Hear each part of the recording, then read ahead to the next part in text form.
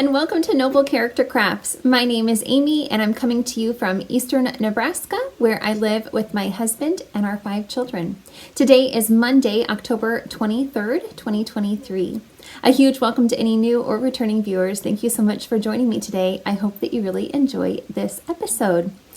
This channel is all about my crafty life, and today I have knitting, crocheting, and sewing to share with you all.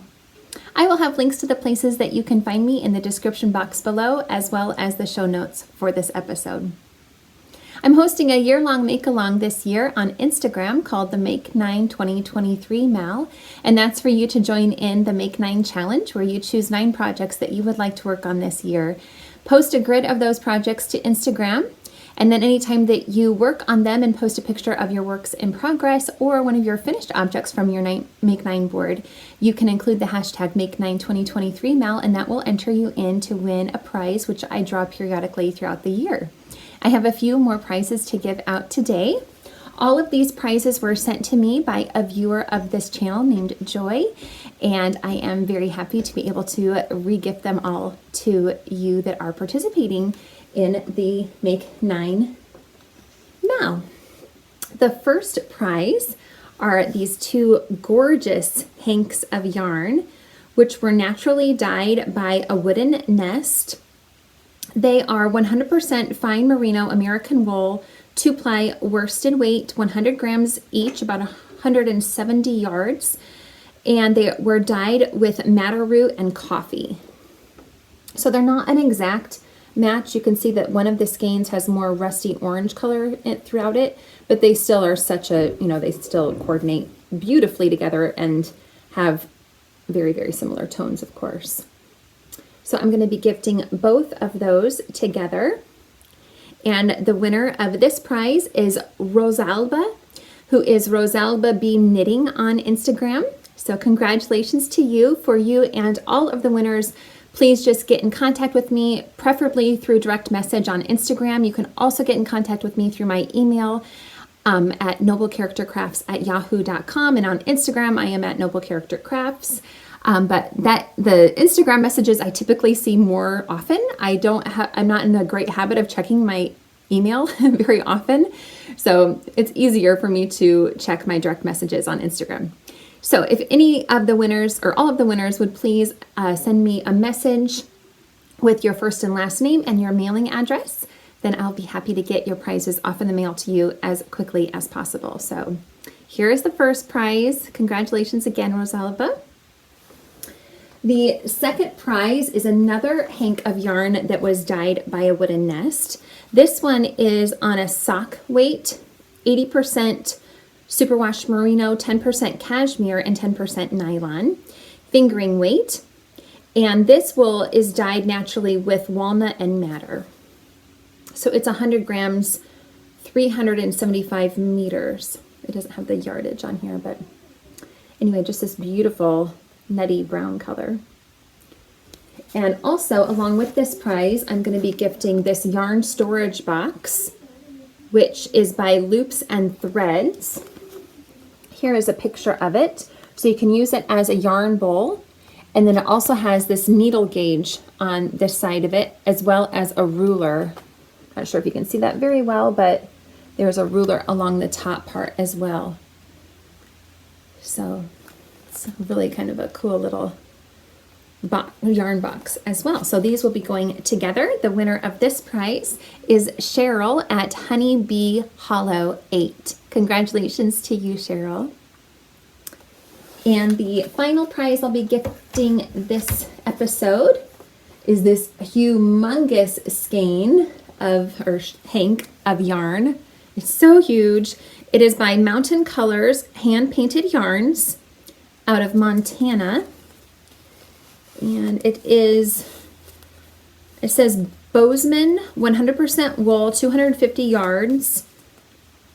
It doesn't say the weight, but it says the gauge is 2 stitches to 1 inch, and needle size recommendation is 15 to 17. It's an 8-ounce skein. So it's just beautiful, though. The colors in this are absolutely gorgeous, especially for fall. I thought, again, they were beautiful autumnal colors. And along with this, I am going to be gifting this needle pouch, which has these sugar skulls on it. I am not a fan of sugar skulls. I'm not a fan of skulls in general. They are scary to me, but hopefully the winner likes this. It's a really cool pouch. For some reason, I have an aversion to skulls. Anyway, it opens up like this, and you can hold your needles in here. And it is made by 1,000 Stars. The owners or the maker behind that business is named Kathy. And yeah, it has her Etsy shop on here, which is at 1,000 Stars as well. So that business card will be included in this pouch here. It also has this little zipper pouch on the side. And then it closes up nice and neat. So that's a really cool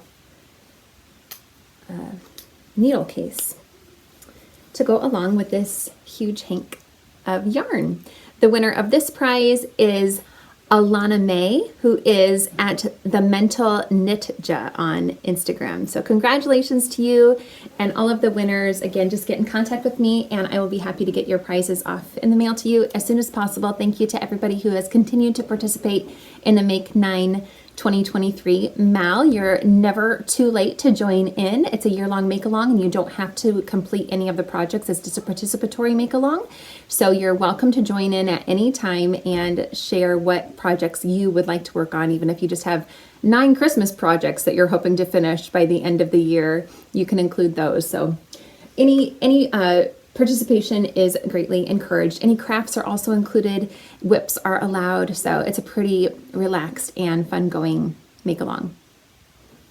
I have a couple of finished objects to share with you all today. The first is this Musselburgh hat, which is a pattern by Ysolda Teague. I was working on this during my last episode. I should mention that I usually record my episodes every 2 weeks approximately. And it's only been about a week and a half since I recorded my last episode, but I wanted to record before I needed to gift this. This hat is going to be given to our church. They are collecting hats and mittens or gloves to be gifted to a local homeless shelter. And on Wednesday this week is the last day for us to donate those things. And so I wanted to share this finished object before I gifted it to that service project that we are doing at our church. So I have knit this using worsted weight yarn. The pattern for the Musselburgh hat actually only calls for fingering to DK weight yarn, but this is the third time that I have made it using a worsted weight yarn. Actually, the last time I made it, it was technically a bulky weight yarn, but I thought it knitted up more like a worsted weight yarn. Anyway, so I just knit it with US 6 4mm needles, and that gives me a gauge of 5 stitches to 1 inch, which is the loosest gauge that is provided for in the pattern. And that works for me. I have knit this using the adult medium size, but I did knit it to the length of the adult large size. And I really like how it worked up. The yarn that I used on this half of the hat was gifted to me by a viewer of, actually all of the yarn I've used in this hat was gifted to me by a viewer of this channel named Tammy. This yarn did not have a label on it though. I could tell it was worsted weight, 100% acrylic yarn, but I don't know what brand or color it is. But I really like how it's striped or spiraled around on this part of the hat. And I had just a smaller ball of this yarn and I just used it up, almost all of it, to do about half of the hat. It's a little over half of the hat. So this is the one side and it can be cuffed. You can cuff it to have a brim. And then you can see the second color I used after I ran out of that scrap of yarn. I used a plain black, which is Caron Simply Soft in the black colorway. Again, a worsted weight 100% acrylic yarn. And I think that looks really cute with the brim in the black color. And then the other way, this pattern is reversible. So if you fold it the other way, you get a black hat with just a tiny peak of that variegated yarn, which I think is fun. So you can wear it kind of like a slouchy hat this way. And then you can also cuff it this way, and then you get the fun variegated brim, which I love that look as well. So I think it's a really fun hat, and I like how the colors worked up. I think it's going to be great for either a man or a woman, and hopefully it will keep somebody super cozy this winter, since it is worsted weight. And then if you fold the brim up like this, you get 4 thicknesses of worsted weight yarn. It's sure to keep the person's head nice and cozy, I think. So hopefully this will be well used and appreciated by whoever gets it. So I'm very happy I was able to finish that off, and I want to put a tag on it that says reversible and handmade, so that the person that receives it knows that it was handmade, because I hope that that makes it more special for them, to know that somebody hand knit it with love. So anyway, I will be happy to gift that off to them. I also have a few other hats that I've had in my gift basket that I've made a long time ago and never gifted yet, so I'm going to be gifting those off as well. So I'm glad to be able to get those hats off to a good place. The other finished object that I have to share with you all is the dress I'm wearing. So this is the second Hinterland dress that I have sewed for the Hinterland dress make-along that Sarah of It Is a Sarah and her friend Jessica, I'll put her handle down here as well. They are hosting a Hinterland dress make-along, although it's really only being hosted in Dutch because they're both based out of the Netherlands. But I was just encouraged to make this dress along with their Hinterland dress make-along. So anyway, I have, in my last episode, I showed the first Hinterland dress that I made. This is a sewing pattern by Liberated. And I made a few adjustments for making this second one. In the first dress, I made for this pattern, it is meant to be a quite oversized pattern with a lot of positive ease included in the finished object. So for my measurements, I should, according to their recommendations, make the size 14. But I didn't want my dress to be that oversized. For my first dress, I went down to a size 10, which is a tighter fit. And for this dress, I wanted to have a little bit more room so that I could layer it, as you see I have styled here. And so I went up to a size 12 for this dress. And I made it out of this a thicker material, a little bit thicker. It's not super thick, but it is a thicker material. It is this brown corduroy material that I have had in stash for many years. About 20 years, I think, if I'm remembering right. I had this material as curtains in my first home that I ever bought when I was in my early 20s. I had brown corduroy drapes in my bedroom, and they were floor to ceiling, and so there was quite a lot of yardage. I'm trying to think, I just had 2 windows, I guess, but yeah, it was quite a bit of material. And since they were used as drapes, the material was quite faded in some areas, and a lot of the fading is on the wrong side of the fabric, and so I was able to use some of the faded material because the right side of the fabric was still had good coloring to it. It wasn't faded. But I had to be careful how I cut out this material because some of it was faded. But I'm so happy that I was able to make a dress out of some old drapes. It's kind of like The Sound of Music, making clothes out of old drapes, which is my favorite movie, so that makes me happy. Anyway, I want to talk to you about it all before I stand up because it's harder to talk about things when I'm standing up, harder for you to hear me and so forth. For the neck facing, I used a contrast fabric because I just wanted to use a thinner 100% cotton, quilting cotton for the facing. And last time I talked about how I was having difficulty with my neck facing getting put in properly, and I figured it out. I did it properly, I think.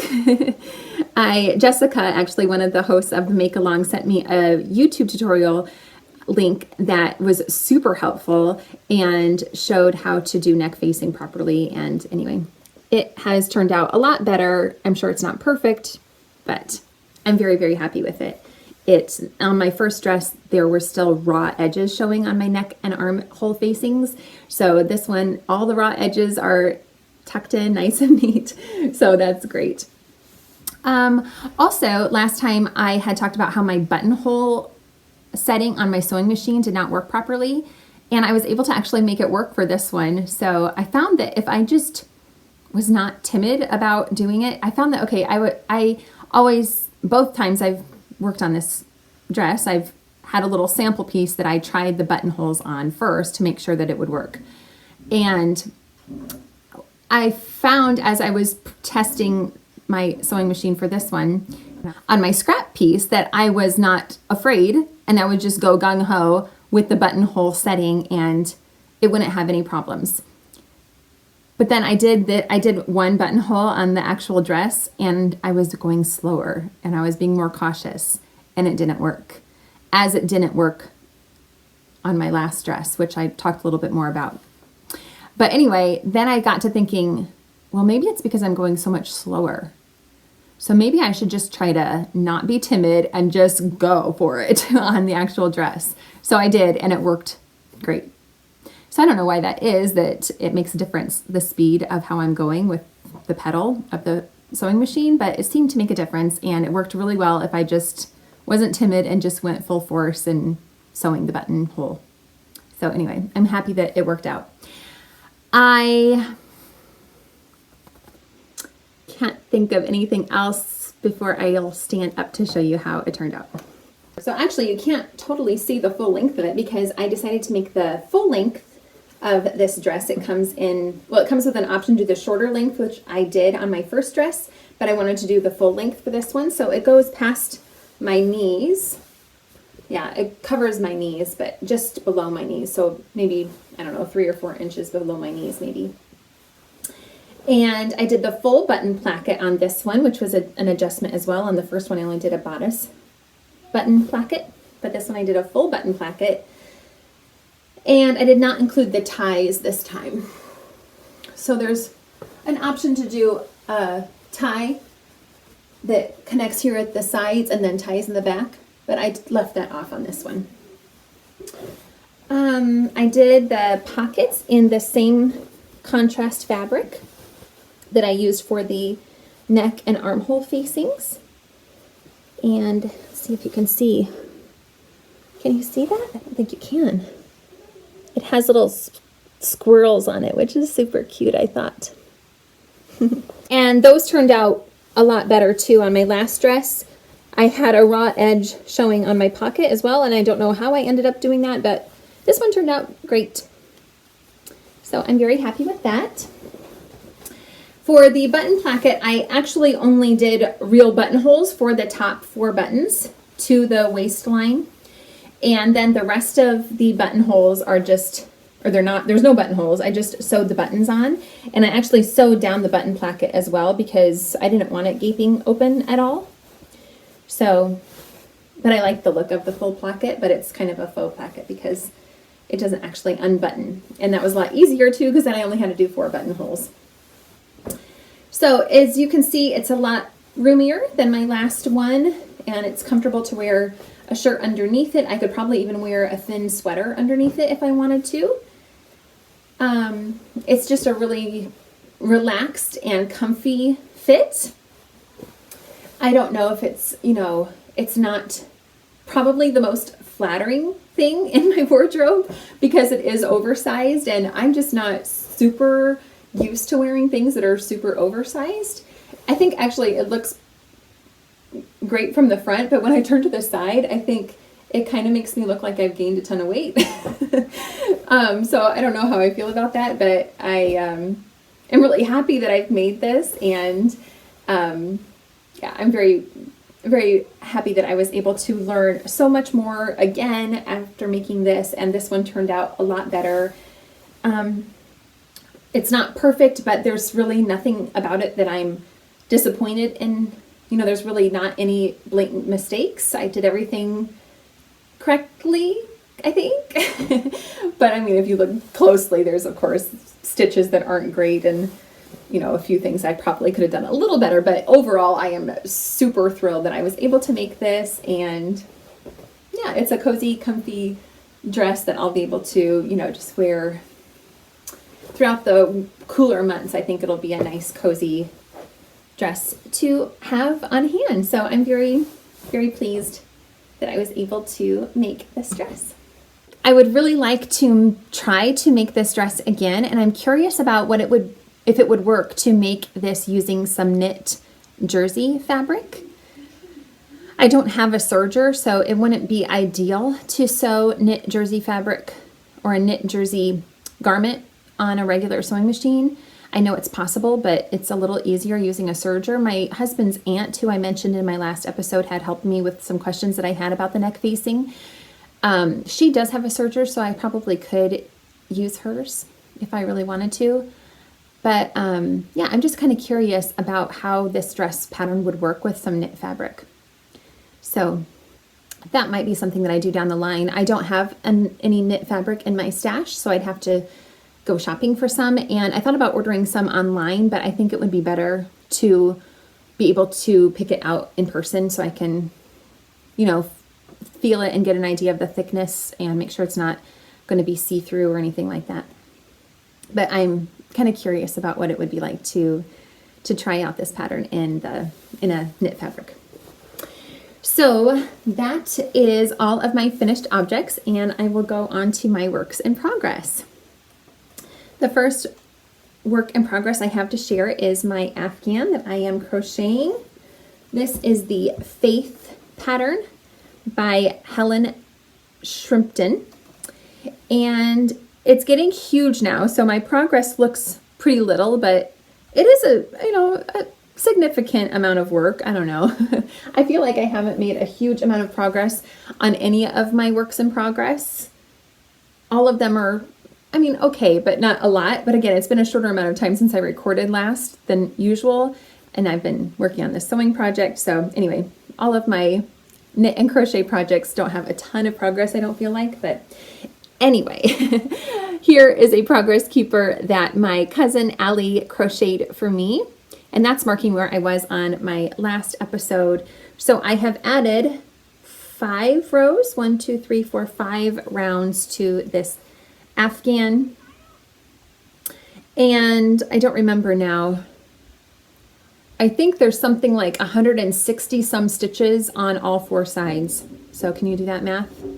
Anyway, there's a lot of stitches on this project right now, so it does take a while to get around the entirety of the blanket. So anyway, since I have recorded last, I've done just some simple double crochet rows, and then these 2 rows in this mint green color were using, I forget what she called them, but they were like crisscrossed stitches. And then another row of double crochet, and then you can see this last row that I just put on has kind of a scalloped edge, so it goes from tall stitches to single crochet stitches. So these are treble stitches. Anyway, it kind of goes up and down, and makes kind of a scalloped look. The next section is going to have kind of a ripple look to it. So that's what we're working into. I am crocheting this all out of worsted weight 100% acrylic yarn that I had in my stash, and I just had a bunch of random skeins that I put together for this project, and it's working out really well. I'm using an I 5.5 millimeter hook, and I am in the 5th part. There are 8 parts total, so I still have a long ways to go. I have thought about whether I will do the entirety of the pattern. As it gets bigger, I thought, well, you really wouldn't have to finish it. You could probably stop at several different points along the way. So we'll see. I'm just kind of playing it by ear at this point, and I'm really enjoying the process of making this blanket, but it's not something that, I'm just doing it for, I'm just gonna keep this blanket for our family. So it's not like I have to complete the entirety of the blanket. I am a little bit disappointed with some of the yarns. They have already started looking kind of shabby. I don't know if you can see, but these parts that are sticking up in the center here, there's these two sections that have this raised part, and even this middle one, and they're already getting quite worn looking. Do you see how the yarn is really starting to get pilly already? And they're all different too. Well, yeah, these two actually are both from Hobby Lobby. I love this yarn. So those are the same, and they're both pilling. But then this one is from Joanne in the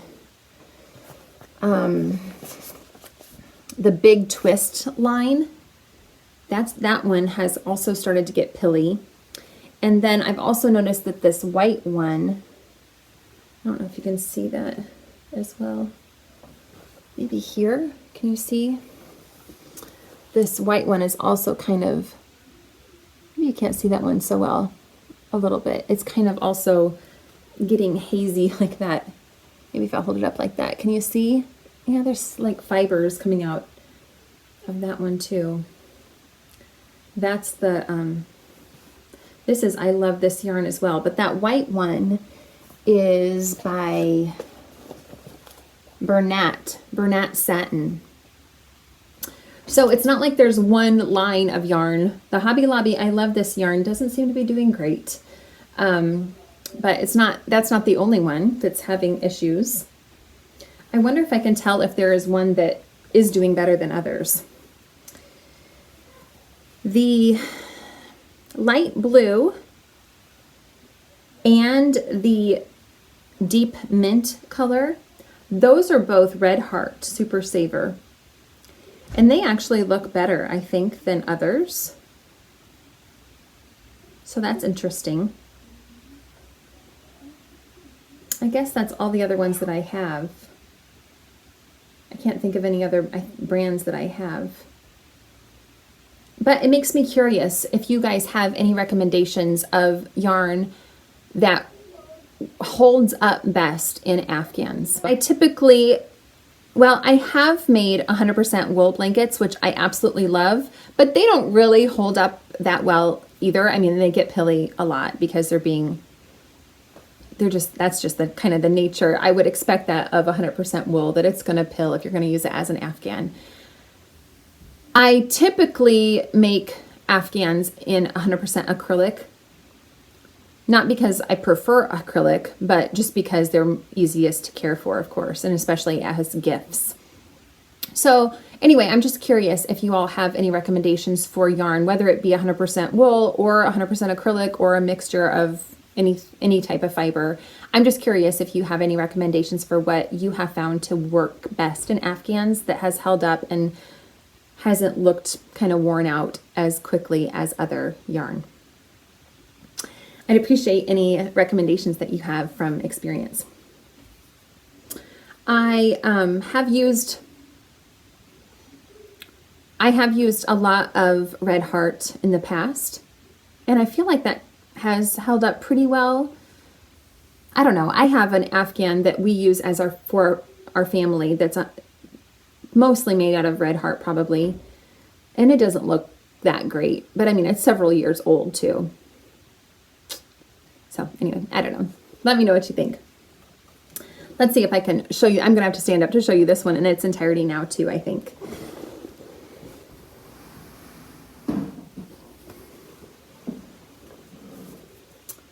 So here it is.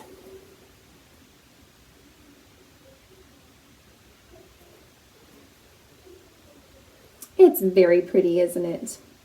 I love it. The last few, several rows haven't been super interesting. I love this section. Well, I love the center medallion, and then I love this section as well. But like I said, the next section is going to have more of a swirly or scalloped looking look to it, so I think that'll be fun to add in as well. But it's very pretty, isn't it? Especially considering that I'm just making it out of yarn that I had laying around. So I'm very happy with how it's coming along in general.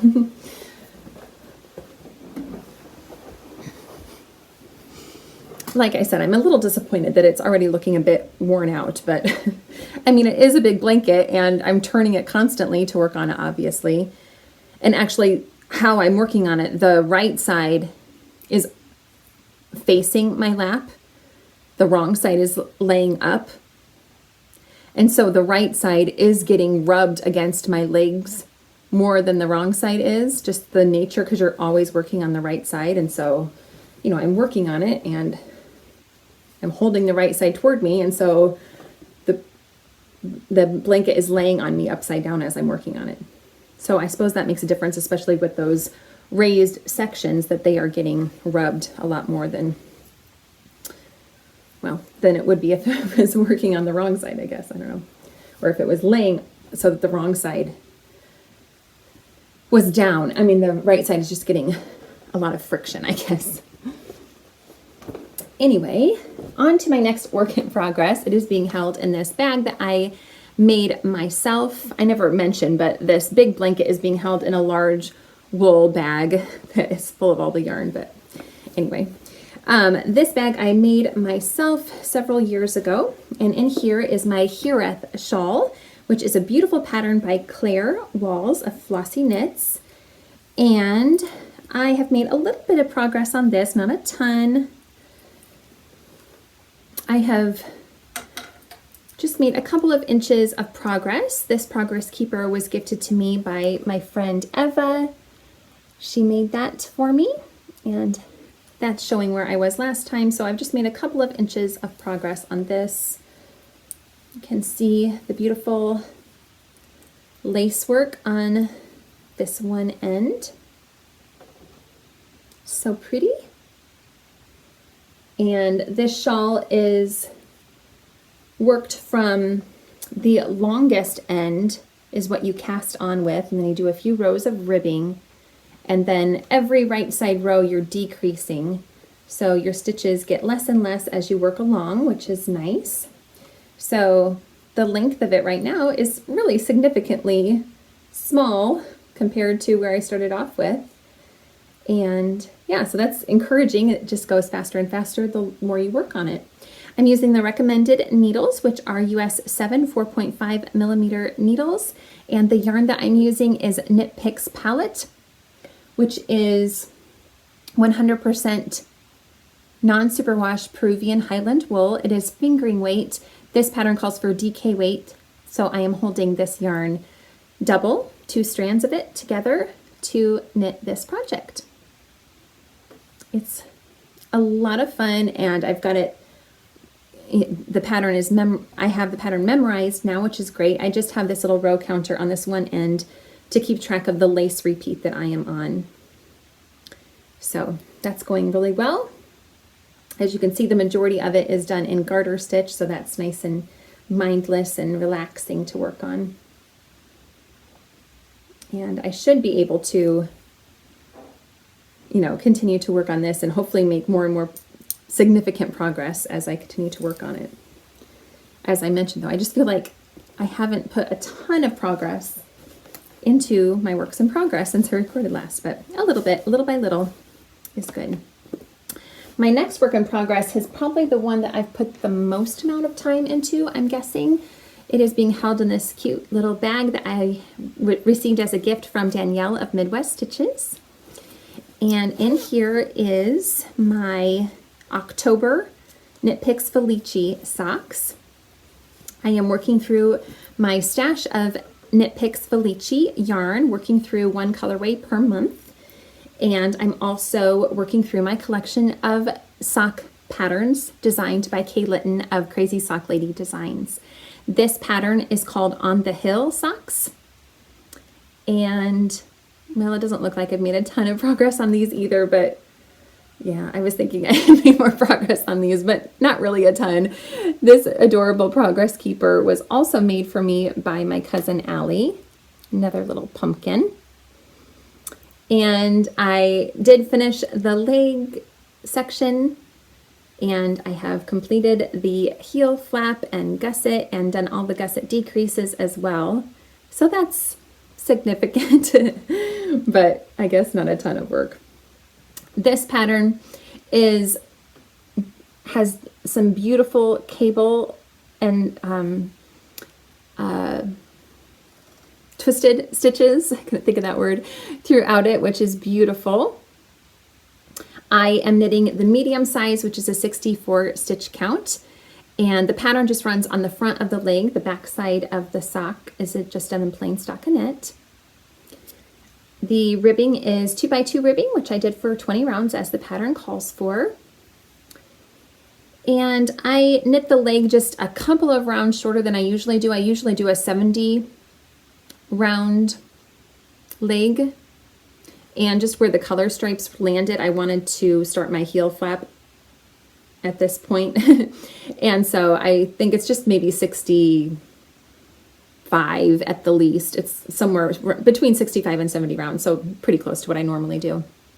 As you can see, the color stripes are off a little bit. The pink and orange stripes are flip-flopped on each sock, and that was accidental. I thought I was matching up my socks until I got to this first pink and orange color stripe and realized that the two skeins that I am working from were wound up in opposite order, but I decided that it would be fun to have them pretty much matching, except for that orange and pink stripe are off. But I thought it would be kind of a fun, quirky little detail to have in these socks, I guess. At first I thought I would fix it so that they would be perfectly matching like I normally have them, but I decided it would be fun to have them a little mismatched. The heel is done in an Eye of Partridge heel. And normally I do a slip stitch heel flap, but this one is an Eye of Partridge heel for this sock pattern, which I have done a couple of times, but not a ton, but I really love it. It is so beautiful. I did actually find that when I knit this heel flap, it was a little bit shorter. The next pair of socks that I'll show you, I did a regular slip stitch heel flap, and I compared that heel flap to this, and I found that this one came up a little bit shorter than the slip stitch heel flap. So I actually added 4 more rows to these heel flaps than I normally would than what the pattern calls for, because I didn't want it to be too short, especially considering that I shortened the leg of my sock just a little bit. So I added 4 more rows to the heel flap, and then I ended up picking up 3 extra gusset stitches on each side because of those extra rows. So it's a little bit different than what I normally do, but it still fits really well on my foot. Let's see. I think that's it. I'm using US 0.2mm needles. And like I said, I'm all done with the gusset stitches, so now it's a little bit easier as I still have to look at the chart though, because it's quite a long chart. I can't quite remember now. 12 rows of rounds for the chart, so I do have to keep my eye on the chart, but it is really a fun pattern. I'm enjoying it so much, and I love the colors for Halloween. I think they're fitting for October. Oh, the heel flap yarn is also Knit Picks Stroll in the Raven tonal colorway, which I thought was also kind of fitting for, a Halloween theme with the raven. And it's a fun purple, but almost so dark purple that it looks black in some ways. So I thought that was fun for the color theme as well. So those are great. I'm enjoying working on those a lot. The next socks I'm working on are a gift knit for my mother-in-law for Christmas. They are being held in another bag that I made myself. And these are, well, a highly modified pair of lattice-topped socks, which is a design by Kay Jones of Bakery Bears. And I have modified the pattern. Well, the only thing that I'm following for the pattern, I guess I should say, is the cuff, which is a 16 round 2x2 knit cuff. And then the lattice top section, I followed the pattern for that. But for everything else for these socks, I'm modifying it. Not that I have a problem with the pattern at all. It's just based on how I'm knitting my socks, because I'm knitting them 2 at a time, as I always do if I can. I prefer to knit my socks 2 at a time, and because of the amount of yarn that I have. So This pattern calls for there to be 2 sections of stripes, both above and below the latticed top section. And if I were to use the striping, if I were to do the striping, then I would have had to have 4 balls of yarn going at once, since I'm knitting mine 2 at a time, and I didn't want to deal with that much yarn management. You know, you can pull from the inside and the outside of a skein, but that a lot of times becomes a tangled mess as well, so I preferred not to do that. So I decided not to include the striping, but just to knit those sections solid. And then I also have less of this variegated or speckled yarn color, and that was supposed to be the main color throughout the socks. And I thought I probably would have been able to keep that as the main color, but I just decided to change it because I had more of this green color, and that way I wouldn't have to worry about running out of yarn. So that's another change that I've made. So after the striped section, after the lattice top, according to the pattern, I should have gone back to this color and knit the remainder of the sock in that color with the green color for the heels and toes. But I'm reversing those and leaving the green as the main color and then using the speckled color for my heels and toes instead. So again, I'm using the medium size for these socks. Again, is a 64 stitch. I'm again using US 0.2mm needles. The color or the yarns that I'm using are both yarns that I dyed myself on a fingering weight, 75% superwash merino, 25% nylon base. I forgot to mention that the other socks, that's the same makeup of the yarn for the other socks as well, 75-25. And yeah, I love this lattice top section. This is another progress keeper that my cousin Allie made for me, this little pumpkin spice latte. Cute progress keeper. I love it so much. That's marking where I was last time I shared these. So I had just finished the lattice top section. I have finished the leg and the heel flap and gusset, and all of the gusset decreases on these socks as well. So I'm kind of at the same spot on both pairs of socks. But I love how these are looking. I think they're great. My mother-in-law's shoe size is just like 1 size bigger than mine. So I'm just going to add a few extra rows to these before I do the toes, and compared to what I normally make for myself. So they should be pretty easy. And from now on, it's just plain stockinette stitching. So these are a nice pair of socks to have on the go. I have several appointments for my kids on Wednesday this week, and I'm planning on taking this project with me that day to work on them while I'm waiting, and hopefully I'll make a lot of progress on those. I've started 2 more works in progress since I recorded last. The first one is being held in this beautiful bag that was gifted to me by family friends. And I have started a pair of leg warmers. These have a bit of a backstory. The yarn that I'm using was frogged from a project that I knit earlier this year. If you've watched my channel for a while, you might remember that I knit a Felix cardigan for myself originally, and then I ended up gifting it to my friend Tina, but she decided that she wasn't gonna get use out of it either because this yarn is quite scratchy to the touch. This yarn was gifted to me by a viewer of this channel named Joan. It is Ulltex Kerry Tweed, color 7. It is a worsted weight, I think. It is, I have fuzz in my hair. I can see right here from this yarn, I think. It's 15% kid mohair, 15% mohair, 40% acrylic, and 30% wool. I absolutely love the looks of it. It's such a pretty tweedy yarn, but to the touch, it is not the softest yarn in the world, but it's really warming. And I could have used it as a cardigan because I don't mind wool or yarn that isn't super duper soft, especially as a layering piece as the cardigan would have been, but it just didn't work out for me. It turned out super ill-fitting, I guess. The way that the yarn draped on me in that cardigan just wasn't, I didn't like the looks of it. Tina liked the looks of it. It looked good on her for some reason and not on me, but she couldn't stand the itch factor. Anyway, I've decided to make a pair of leg warmers out of this yarn instead, which I think is perfect because I can handle woolly wool. I mean, it's not actually got a ton of wool in it, only 30%, but it's got the mohair, and it's just, like I said, not a very soft to the touch wool or yarn. And anyway, I think it'll work great for leg warmers. I just got a pair of ankle boots from our local thrift store that are gray also, and so I thought these would be great to wear with those gray ankle boots. So anyway, this is a free pattern that is designed by Jane Richmond. It's just called leg warmers, and it's a super simple pattern.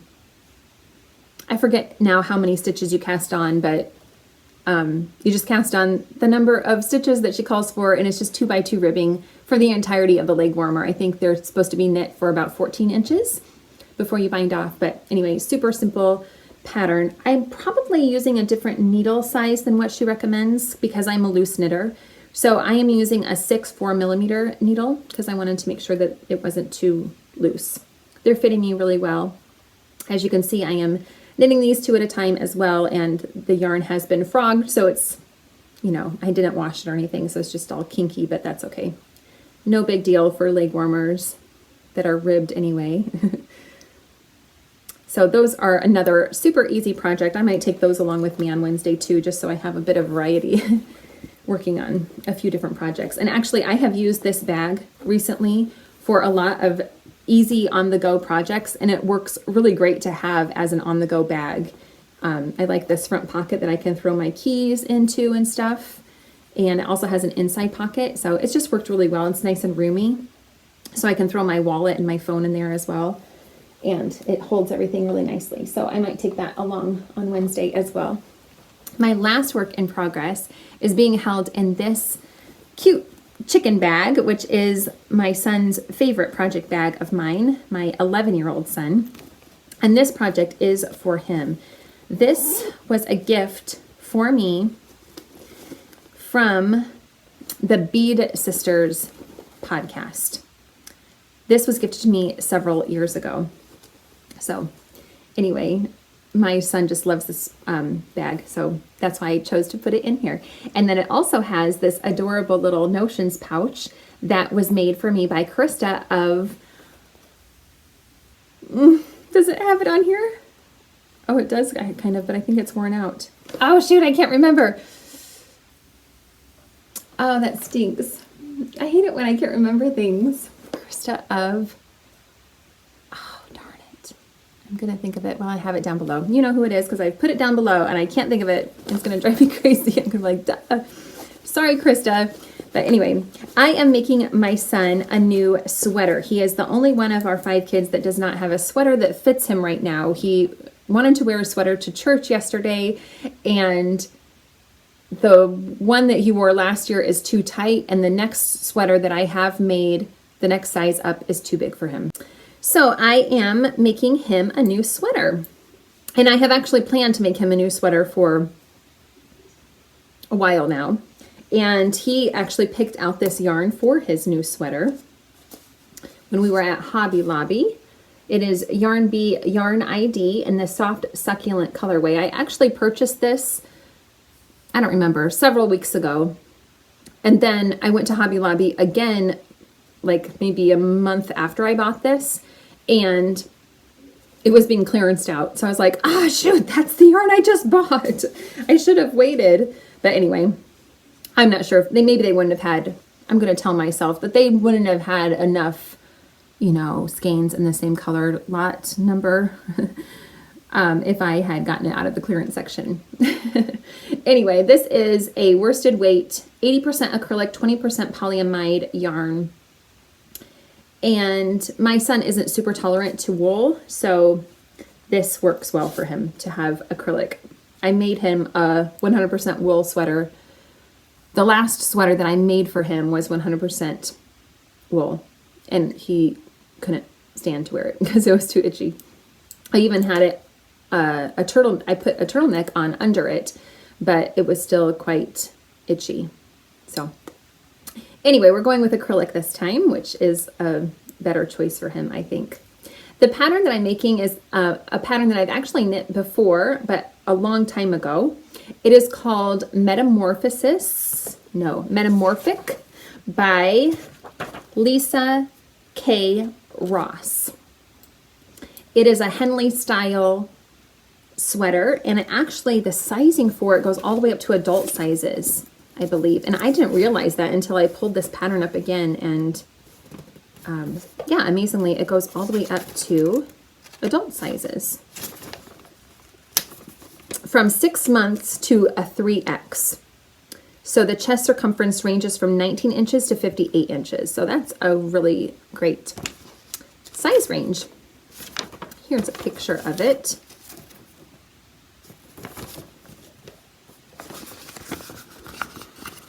Not a great picture, but you kind of get the idea.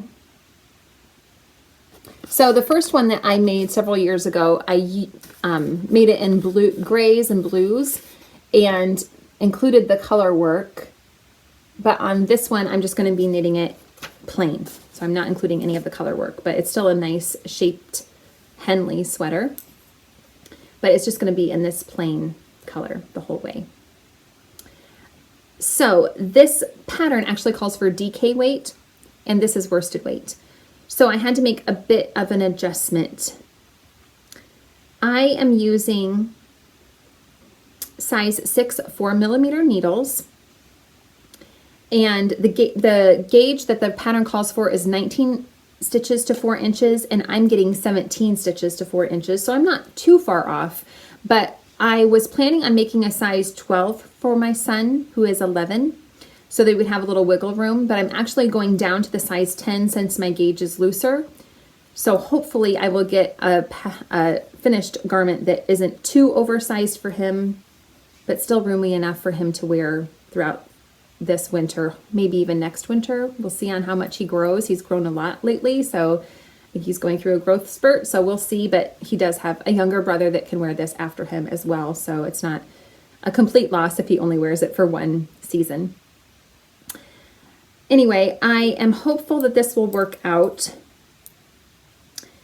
Yeah, it's knit flat until you get past that Henley neck opening, and then it's joined in the round and knit in the round. So it will be super easy once I get to that point, but I'm still at the raglan increases, as you can plainly see here.